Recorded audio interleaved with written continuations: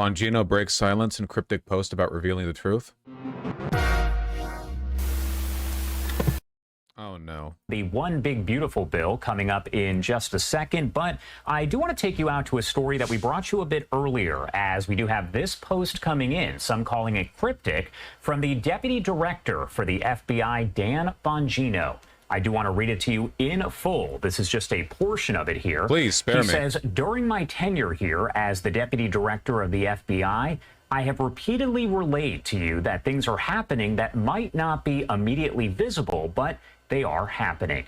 The director and I are committed to stamping out public corruption and the political weaponization of both law enforcement and intelligence operations. It's a priority for us, but what I have learned in the course of our properly predicated and necessary investigations into these aforementioned matters has shocked me down to my core. We cannot run a republic like this. I'll never be the same after learning what I've learned. We are going to conduct these righteous and proper investigations by the book and in accordance with the law. We are going to get the answers we all deserve. As with any investigation, I cannot predict where it will land, but I can promise you an honest and dignified effort at truth, not my truth or your truth, but the truth. God bless America and all those who defend her. Well, that's funny.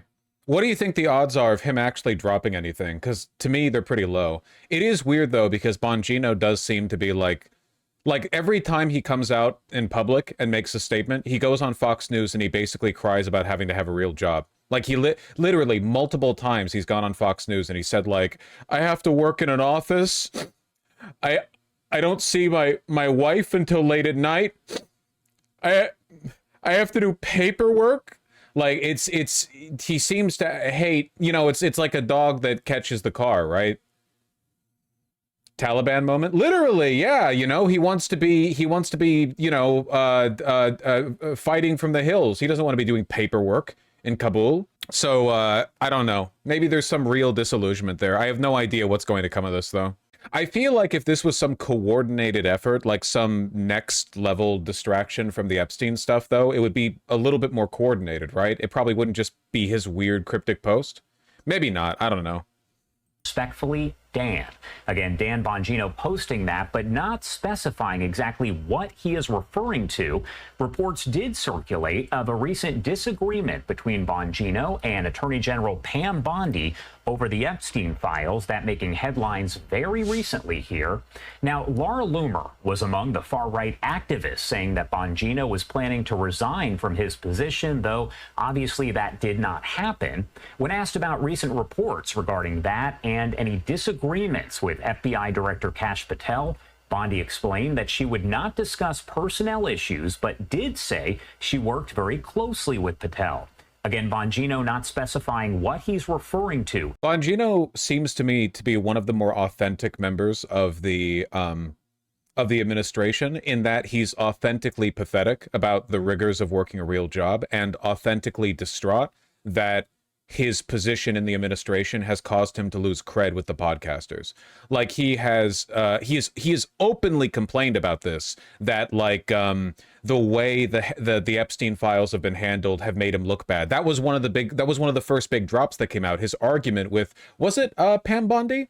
That got leaked immediately, because everything in the Trump administration immediately gets leaked, where he essentially said, dude, the way you're handling this makes me look bad. The poor guy. Yeah, I know, I'm so sympathetic. Yeah, we'll see if anything comes of it, I guess. I swear to God, if she gets pardoned. Maxwell? I think there's like a more than 50% chance of pardoning, a commutation, or at the very least a sentence reduction at this point. I want to be cynical over these people. I want to be cynical over, like, the extent to which they'll lie to protect Trump. But at the same time, I do feel like Bongino, of all the people who have had any say in this matter, Bongino is the closest one to being honest. Not... Sorry, I shouldn't say honest, I guess.